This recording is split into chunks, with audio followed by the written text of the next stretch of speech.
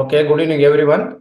So before going to already, as we discussed in the previous session, PMS first chapter complete ಆಗಿದೆ, right? Yes, sir. Yes, sir. Okay, first chapter DCT question paper previous ಅಲ್ಲಿ ಏನ್ ಬಂದಿತ್ತು ಅಂತ ಒಂದ್ಸರಿ ನೋಡ್ಬಿಟ್ಟು, so ಆಮೇಲೆ will move into the second chapter. ತುಂಬಾ simple ಆಗಿರುತ್ತೆ ಕ್ವಶನ್ಸ್, ಜಾಸ್ತಿ ತಲೆ ಕೆಡಿಸ್ಕೊಳ್ಳೋಷ್ಟಿರಲ್ಲ. ನೋಡಿ, ಕ್ವಶನ್ ನಂಬರ್ 61 ಇಂದ ಕೇಳಿದ್ದಾರೆ. ಓಕೆನಾ? ಅದು ಆಲ್ರೆಡಿ ನನ್ನ ಹತ್ರ ಯಾರೋ ಕಲೆಕ್ಟ್ ಮಾಡಿದ ಪೇಪರ್ ಅಲ್ಲಿ ಎಲ್ಲ ಟಿಕ್ ಮಾಡಿದ್ದಾರೆ. ಸೊ ದಯವಿಟ್ಟು ಕಣ್ಣ ಕಡೆಗೆ ಹೋಗುತ್ತೆ. ಆಬ್ವಿಯಸ್ಲಿ ನಾನು ಬೇಡ ಅಂದ್ರೂ ಒಂದ್ಸರಿ ಹೇಳ್ಬಿಟ್ಟು ಆಪ್ಷನ್ಸ್ ಎಕ್ಸ್ಪ್ಲೈನ್ ಮಾಡ್ತೀನಿ. ಫಸ್ಟ್ ಚಾಪ್ಟರ್ ಇಂದ ಎಷ್ಟು MCQs ಬರುತ್ತೆ DCT ಪೇಪರ್ ಅಲ್ಲಿ? 4. ನೋಡಿ, 60 ಇಂದ 80th ಕ್ವಶನ್ ವರೆಗೂ PMS ಇದೆ. First question, project management is a combination of human and non human resources, only human resources, only non human resources, no resources at all ಅಂತಿದೆ. So no resources at all ಈಸಿಯಾಗಿ ತೆಗಿಬಹುದು ನಾವು. Project management ಅನ್ನೋದು combination of, ಕೇಳಿಸ್ಕೊಳ್ಳಿ ಸಾಕು ದಯವಿಟ್ಟು. ಈ 4 questions already ನಾವು ಡಿಸ್ಕಸ್ ಮಾಡಿದೀವಿ. ಯಾರಾದ್ರೂ ಫಸ್ಟ್ ಹೊಸದಾಗಿ ಬಂದಿದ್ರೆ ಸುಮ್ಮನೆ ಅವ್ರಿಗೆ ಹೆಲ್ಪ್ ಆಗ್ಲಿ, ಮತ್ತೆ ಕ್ವಶನ್ ಪೇಪರ್ ಒಂದು ಐಡಿಯಾ ಬರ್ಲಿ ಅಂತ ಹೇಳ್ತಿದ್ದೀನಿ. ರೆಗ್ಯುಲರ್ ಸ್ಟೂಡೆಂಟ್ಸ್ ಎಲ್ಲ ಅರ್ಥ ಆಗಿದೆ. ಸೊ ಇಂಟರಪ್ಟ್ ಮಾಡಬೇಡಿ, ಒಂದು 2 minutes ನಾನು ಎಕ್ಸ್ಪ್ಲೇನ್ ಮಾಡ್ಬಿಡ್ತೀನಿ, ಆಮೇಲೆ ಹೊಸ ಚಾಪ್ಟರ್ ಸ್ಟಾರ್ಟ್ ಮಾಡೋಣ. ಕೇಳಿಸ್ಕೊಳ್ಳಿ. ಸದ್ಯ ಎಲ್ಲ ನಾವು ಮೋರ್ ದೆನ್ 90+ ಕ್ವಶನ್ಸ್ ಸಾಲ್ವ್ ಮಾಡಿದೀವಿ ಫಸ್ಟ್ ಚಾಪ್ಟರ್ ಅಲ್ಲಿ. ಈ ಪೇಪರ್ ಅಲ್ಲಿ ಏನ್ ಬಂದಿದೆ ಅಂತ ಇನ್ನೊಂದ್ಸರಿ ನೋಡೋಣ ಅಷ್ಟೇ. Project management is a combination of human and non-human resources, only human resources, only non-human resources, no resources at all.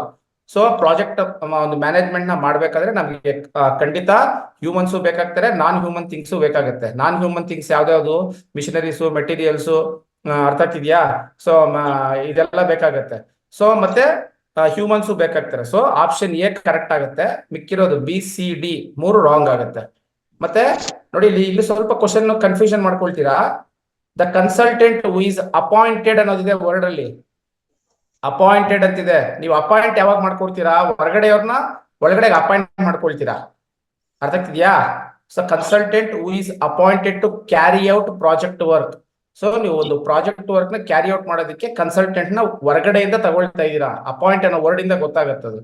So ಅಲ್ಲಿ ನಿಮ್ಗೆ ಕಾಂಪೌಂಡ್ ಹೌಸ್ ಕನ್ಸಲ್ಟೆಂಟ್ ನಮ್ಗೆ ಗೊತ್ತೇ ಇಲ್ಲ, ಬ್ರಿಡ್ಜ್ ಕನ್ಸಲ್ಟೆಂಟ್ ನಮ್ಗೆ ಗೊತ್ತೇ ಇಲ್ಲ. ಅವೆರಡನ್ನು ತೆಗಿಬಹುದು. ನಮ್ಗೆ ಗೊತ್ತಿರೋದು 2: in house consultant, out house consultant. Out house consultant ಅಂತ. In house consultant is a separate department present within the organisation. ಅರ್ಥ ಆಗ್ತಿದ್ಯಾ? Out house consultant or outside consultant ನಾವು ಹೊರಗಡೆಯಿಂದ ಹೈರ್ ಮಾಡ್ತೀವಿ, ಅಪಾಯಿಂಟ್ ಮಾಡ್ಕೊಳ್ತೀವಿ. ಸೊ ಆಪ್ಷನ್ ಸಿ ಕರೆಕ್ಟ್ ಆಗುತ್ತೆ ಅದಕ್ಕೆ.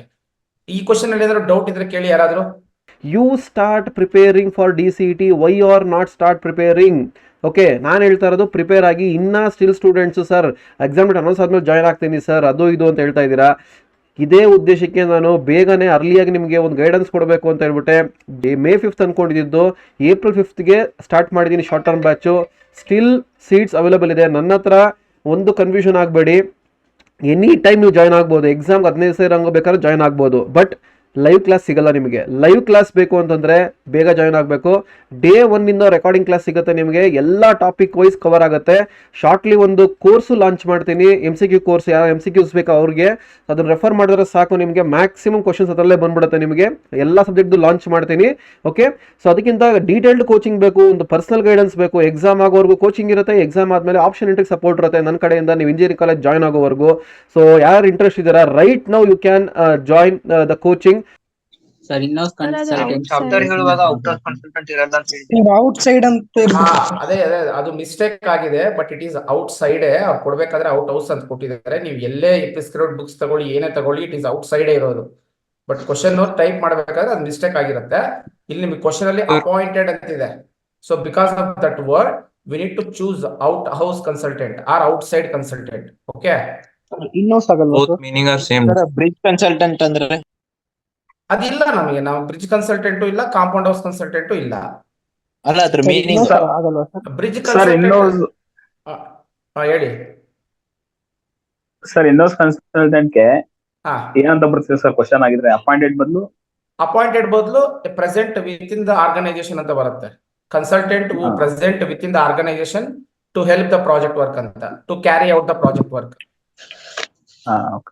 The consultant who present inside the organization to carry out the project work ಅಂತ ಕೇಳಿದ್ರೆ in-house. ಅಪಾಯಿಂಟೆಡ್ ಅಂತ ಹೇಳಿದ್ರೆ ಈಸ್ ಫ್ರಮ್ ಔಟ್ ಸೈಡ್ ಅಂತ ಅರ್ಥ. ಸೊ ಇಟ್ ಈಸ್ ನಮ್ಗೆ ಯಾವುದು out house consultant or outside consultant. Okay, okay sir. ಏನಪ್ಪಾ? Out house ಇದ್ರು ಅಲ್ಲಿ ನಾವು ಅದೇ ಆಗ್ಬೇಕಲ್ವಾ ಸರ್? ಹೌದು ಔಟ್ ಸೈಡ್ ಇಲ್ಲ ಅಂದ್ರೆ ಔಟ್ ಹೌಸ್ ಇದ್ರೆ ಅದನ್ನೇ ಚೂಸ್ ಮಾಡಿ. ಸರ್ ಕ್ವಶನ್ ಇನ್ನೊಂದ್ಸರಿ ಎಕ್ಸ್ಪ್ಲೇನ್ ಮಾಡ್ತೀರಿ? ದ ಕನ್ಸಲ್ಟೆಂಟ್ ಅಪಾಯಿಂಟ್ ಎಲ್ಲ ಕ್ಲಾಸಸ್ ಕೇಳಿದ್ಯಪ್ಪ ನೀನ್ ಫಸ್ಟ್ ಚಾಪ್ಟರ್? ನೀವ್ ಯಾರಾದ್ರೂ ದಯವಿಟ್ಟು ಒಂದು ರಿಕ್ವೆಸ್ಟ್ ನಮ್ಮ ಕಡೆಯಿಂದ ಏನು ಅಂದ್ರೆ, ನೀವೇನಾದ್ರೂ ಈ ಕ್ಲಾಸಸ್ಗೆ ಇಲ್ಲ ಕೆಲವು ಕ್ಲಾಸಸ್ ಆದ್ಮೇಲೆ ಜಾಯ್ನ್ ಆಗಿದ್ರೆ ಪ್ರೀವಿಯಸ್ ವಿಡಿಯೋಸ್ನೆಲ್ಲ ಡೀಟೇಲ್ಡ್ ಆಗಿ ನೋಡಿ ಟೈಮ್ ತಗೊಂಡು ತುಂಬಾ ಹೆಲ್ಪ್ ಆಗುತ್ತೆ. ಸೊ ಈ ಕ್ವಶನ್ ಇನ್ನೊಂದ್ಸರಿ ಹೇಳ್ತಾ ಇದ್ದೀನಿ. ಕನ್ಸಲ್ಟೆಂಟ್ ಅಂದ್ರೆ ಸಲಹೆಗಾರರು ಅಂತ. ಪ್ರಾಜೆಕ್ಟ್ ಅಲ್ಲಿ ಬರುವಂತ ಡಿಫಿಕಲ್ಟೀಸ್ ನ ಸಾಲ್ವ್ ಮಾಡೋದಕ್ಕೆ ಹೊರಗಡೆಯಿಂದ ಒಬ್ಬ ವ್ಯಕ್ತಿ ನಮ್ಗೆ ಸಹಾಯ ಮಾಡ್ತಾರೆ, ಅವ್ರನ್ನ ಕನ್ಸಲ್ಟೆಂಟ್ ಅಂತ ಕರಿತೀವಿ. ಹೊರಗಡೆ ಆದ್ರೂ ಸಹಾಯ ಮಾಡ್ಬೋದು, ಆ ಪ್ರಾಜೆಕ್ಟ್ ಟೀಮ್ ಅಲ್ಲಿ ಆದ್ರೂ ಇರಬಹುದು. ಅರ್ಥ ಆಗ್ತಿದೆಯಾ ಎಕ್ಸ್ಪರ್ಟ್? ಸೊ ಇವಾಗ ಕ್ವಶನ್ ಏನ್ ಕೇಳಿದ್ದಾರೆ, consultant who appointed to carry out project work. Project work ನ ಸ್ಮೂತ್ ಆಗಿ ನಡೆಸೋದಕ್ಕೆ ನಾವು ಯಾರ್ದೋ ಒಬ್ರದ್ದು ಹೆಲ್ಪ್ ತಗೊಳ್ತಾ ಇದೀವಿ, ಅವ್ರನ್ನ ಹೊರಗಡೆಯಿಂದ ಅಪಾಯಿಂಟ್ ಮಾಡಿದೀವಿ ಅಂತ ಕೇಳ್ತಿದ್ದಾರೆ. ಸೊ ಅಲ್ಲಿ ನಮ್ಗೆ ಕನ್ಸಲ್ಟೆಂಟ್ ಅಲ್ಲಿ 2 ಟೈಪ್ಸ್ ಇದೆ. In house consultant, outside consultant ಅಂತ. ಇನ್ ಹೌಸ್ ಅಂದ್ರೆ ಸೇಮ್ ಆರ್ಗನೈಸೇಷನ್ ಅಲ್ಲಿ ಸೇಮ್ ಪ್ರಾಜೆಕ್ಟ್ ಟೀಮ್ ಜೊತೆ ಅಲ್ಲೇ ಕೆಲಸ ಮಾಡ್ತಿರ್ತಾರೆ throughout the project from the beginning to ending. ಅವ್ರು ನಾವೇನ್ ಅಪಾಯಿಂಟ್ ಮಾಡ್ಕೊಂಡಿರೋ ಟೀಮ್ ಅಲ್ಲೇ ಇರ್ತಾರೆ, ಫಸ್ಟ್ ಇಂದ ಟೀಮ್ ಅಲ್ಲೇ ಇರ್ತಾರೆ, ಸಪರೇಟ್ ಆಗಿ ತಗೊಳ್ತಾ ಇಲ್ಲ, ಅಪಾಯಿಂಟ್ ಮಾಡ್ಕೊಳ್ತಾ ಇಲ್ಲ ಅವ್ರನ್ನ. ಔಟ್ ಹೌಸ್ ಹಂಗಲ್ಲ, ಪ್ರಾಜೆಕ್ಟ್ ಅಲ್ಲಿ ನಾವು ಹೊರಗಡೆಯಿಂದ ಒಬ್ಬ ಎಕ್ಸ್ಪರ್ಟ್ ನ ಸ್ಟಾರ್ಟಿಂಗ್ ಅಲ್ಲಿ ಹೈರ್ ಮಾಡ್ಕೊಳ್ತೀವಿ ಅವ್ರ ಸಜೆಷನ್ಸ್ ತಗೊಳ್ಳೋದಕ್ಕೆ. ಅವರು ಅವಾಗ ಬಂದು ನಮ್ಗೆ ಸಪೋರ್ಟ್ ಮಾಡ್ತಿರ್ತಾರೆ. ಅರ್ಥ ಆಗ್ತಿದ್ಯಾ? ಅಂತ ಅವ್ರನ್ನ ಔಟ್ ಸೈಡ್ ಕನ್ಸಲ್ಟೆಂಟ್ ಅಂತ ಕರಿತೀವಿ. ಅದರಲ್ಲಿ 2 ಟೈಪ್ಸ್ ಇದೆ, ಲೋಕಲ್ ಮತ್ತೆ ಫಾರಿನ್ ಅಂತ. ಲೋಕಲ್ ಅಂದ್ರೆ within the same country, foreign ಅಂದ್ರೆ ಔಟ್ ಸೈಡ್ ದ ಕಂಟ್ರಿ ಅಂತ ಬರ್ತಾರೆ. ಸೊ ಇಲ್ಲಿ ನಮ್ಗೆ ಅಪಾಯಿಂಟೆಡ್ ಅಂತ ಬಂದಿರೋದ್ರಿಂದ so we need to go for the option C, right? Clear? Sir ಹಾ ಕೇಳಪ್ಪ.